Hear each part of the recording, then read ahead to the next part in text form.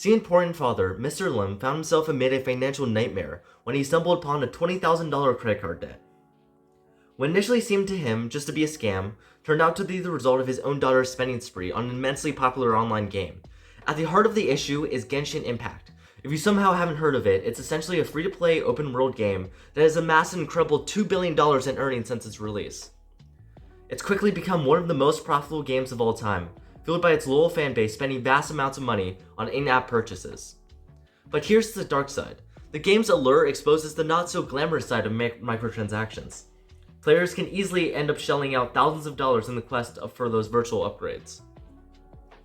Mr. Lim's situation is also not just a one-off thing. We've seen a bunch of cases over the years where kids, without their parents knowing, end up spending mind-boggling amounts of cash on video game microtransactions.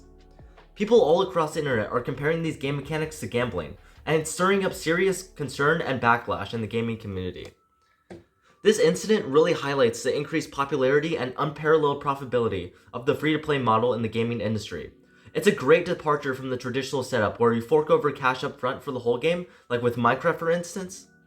On the other hand, with free-to-play games, you get the entire game for free, which is nice. But here's the catch. If you actually want to progress and compete on an even playing field, you need to start spending money. While the free-to-play model may seem less lucrative than its traditional counterparts, it has counterintuitively demonstrated itself to be vastly more profitable. This success is rooted in the strategic utilization of human psychology, particularly through the implementation of microtransactions. According to Superdata, a subsidiary specializing in digital games, free-to-play games generated a staggering $87.1 billion in revenue worldwide last year, constituting a remarkable 80% of digital game revenues. This data shows the absolute dominance of the free-to-play model, particularly prevalent in the mobile gaming sector. Personally, I have played Clash Royale, another free-to-play mobile game, for the past 5 years since starting in high school, and I'm very familiar with the predatory monetization techniques that these companies use, and I'll use their practices as an example throughout this video.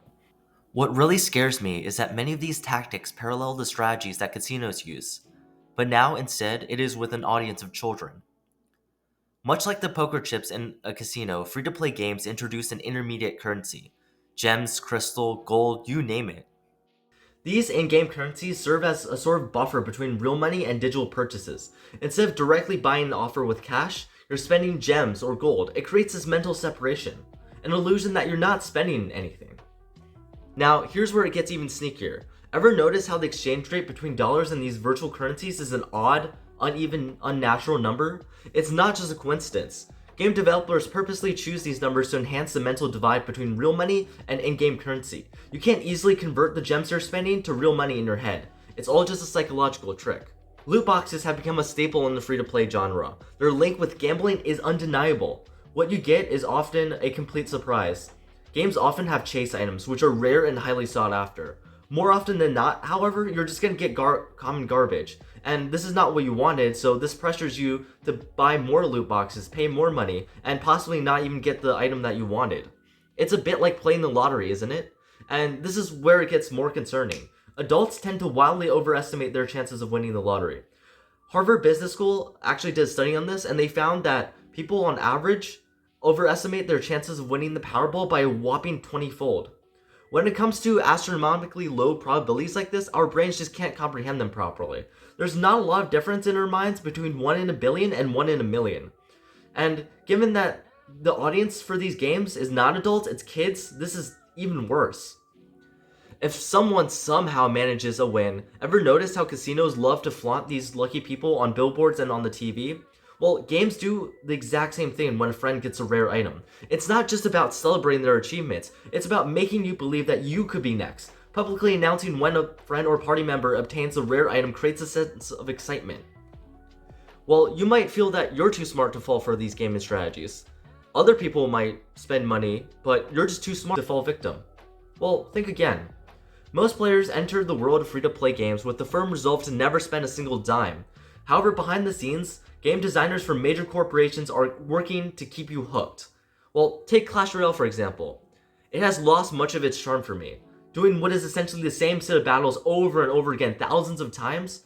Yet the game's clan system and daily reward system adds a layer of commitment that makes it really tough for me to step away. It's a subtle yet effective strategy. You might feel that the game has become stale, but the fear of disappointing your clan holds you back from leaving. Game designers know this. They use these social connections to keep you in the loop and keep spending up. They're essentially using social pressure to keep you playing. From a consequential standpoint, these games can ruin lives. The example that I first mentioned about Mr. Lim and his daughter might have seemed kind of humorous at first, but hard-earned money was stripped away from the family. Mr. Lim said those savings were for her school fees. And don't you think that situation really drove that family apart? Think of the conflict, the arguing, and consider the future of Mr. Lim's daughter. The wasteful practices of this careless spending, if not corrected, could follow her for a lifetime. At the societal level, the normalization of in-game purchases and the uncanny resemblance of these mechanics to gambling contribute to a culture of overconsumption and addiction. A recent finding adds weight to these concerns. There's actually a research article published by the Journal of Addiction and Research Theory that revealed that gamers who indulge in loot boxes are up to 2 times more likely to engage in gambling. Few people, let alone children, have the willpower to not fall into the psychological tactics employed by these billion-dollar corporations, tactfully vying for your money and your attention. From a deontological standpoint, there's a universal prohibition against gambling for minors worldwide, as there should be. However, despite this rigorous ethical stance, the regulatory landscape concerning loot boxes and games lacks uniformity and is largely unregulated. You may start to argue that the prizes are virtual items, so this is not gambling. But that does not change the fact that real money is still being burned and spent and wasted. Arguably, I would say it's even worse, because instead of having the slimmest possibility of earning back your money, you're just rewarded with pixels on a screen. There needs to be some consistency in this. At the end of the day, the technical definition doesn't matter. Whether you think it's gambling or not, it hurts people just as much. It's evident that a line in the sand needs to be drawn. The current laws need to be amended. They are archaic and outdated. There should be at least caps to the amount of money that can be spent in a day, age verification so parents know what their children are spending on, and greater transparency in regard to the probability to earn certain rewards, so people know what to spend their money on and what's not worth it. These huge corporations, be it Tencent, Sane, or EA, have not a shred of sympathy, and would corrupt and exploit their audience of minors to make a quick buck. They don't care that their products are manipulative and predatory, and create gambling addictions in children. It's crushing to see the future of gaming turn into this cesspool. What was once an art form has been transformed into a series of online casinos.